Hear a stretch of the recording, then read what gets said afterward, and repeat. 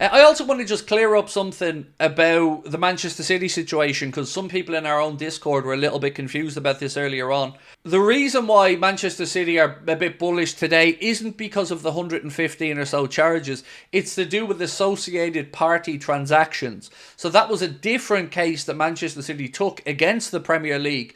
Basically, if I tried to summarise this as best as my very limited understanding of it, think of associated party transactions as friendly sponsorship agreements. So if you're Manchester City, and obviously you have a lot of Abu Dhabi related businesses wanting to come in and sponsor you because they're linked to your owners, these things have to be looked at as fair market value at the moment, the way associated party transactions are.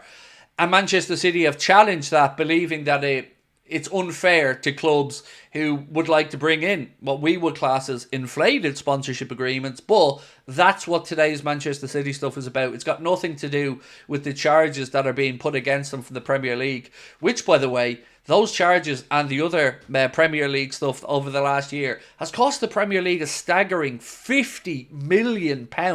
50 million. So once again, in all of this scenario, it feels like that it isn't the fans that benefit from this. It's solicitors, it's agents, and it's all money that's going out of the game. 50 million quid the Premier League are having to spend just to defend their own charges against clubs. It's mental. That's where football is now, you know. It's basically gotten to the case of let's throw a load of money at lawyers. 50 million quid just to enforce their own rules. It's mad.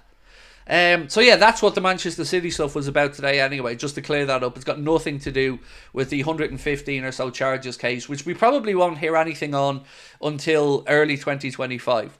I'm finding eerily worrying we're hearing nothing about the trial, but that's by design, Ray. I get you. I'm with you, bro. It's very worrying. You're right. Worrying is probably the fairest word you could use, Ray.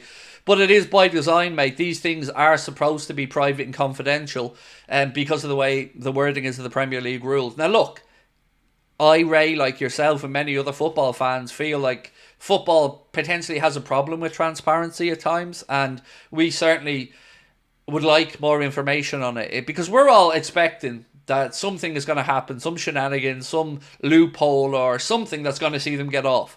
And while it's quiet, we're worried. So I get it. But unfortunately, mate, we're just going to have to sit tight for the minute with all of this and see what happens. Corbyn, 2003, said, but are the inflated sponsorships not part of the charges and their apparent inflated sponsors in the documentary? Yes and no. Again, mate, there's a lot to unpack here, and I'm trying to learn as I go, like everybody else. False representing of the money they're bringing in, I think, is part of the charges. But what they challenge legally in the associated party transactions is got nothing to do with the charges that they're facing for the case. There might be some crossover between the outcome of the two parts of that are linked. But again, today is just about, right, let's say I own a company here in Ireland, and I also own Liverpool Football Club, and I want some of my mates or some companies friendly to me to throw a load of dough into Liverpool so Liverpool can have more money. Let's say I wanted to become Liverpool shirt sponsors deal, and a shirt sponsorship was worth normally about 40 million quid a season, say, and I said, well, my friendly company wants to pay 100 million a year to be the sponsor of the club. You can see why people would go, that's not market value, that's not fair. And that's what the associated party transactions are about. It's making sure that any sponsorship deals that a club get in are realistic, and they're not just a way to circumvent the financial rules by paying overinflated contracts or overinflated sponsorships agreements. That's what that legal challenge today was about. Trying to simplify it as best as I can, and also with my limited understanding of it.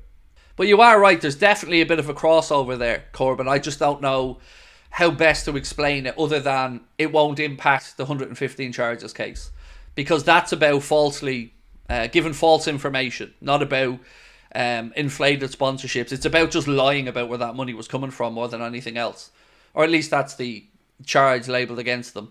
Is there any chance, even 1%, that Manchester City lose any of the 2014-19 2022 league titles? Also, does Mamardashvili mean Alisson is leaving next season? The answer to your first one is, I don't know. Like, everything is on the table here.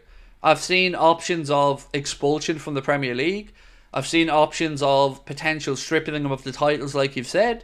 I've seen options of multiple points deductions over multiple seasons, a possible ban from being able to represent England in Europe.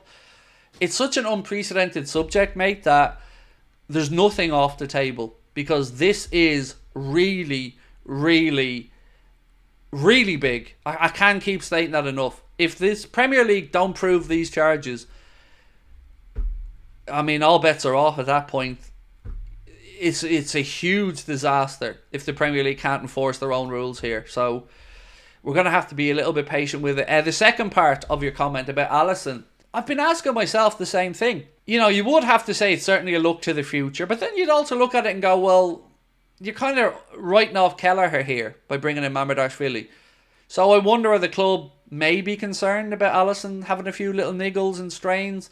I don't know if Alisson has eyes on the move away from Liverpool. I don't. There's some people that believe he's tempted by a move to Saudi. I honestly don't know. I hope not. But if you've spent 30 million quid on a goalkeeper and he comes in, he's probably going to want to play as well. So it is going to be interesting to see how we deal with this subject next summer. But oh God, even just thinking about losing Alisson's a tough one.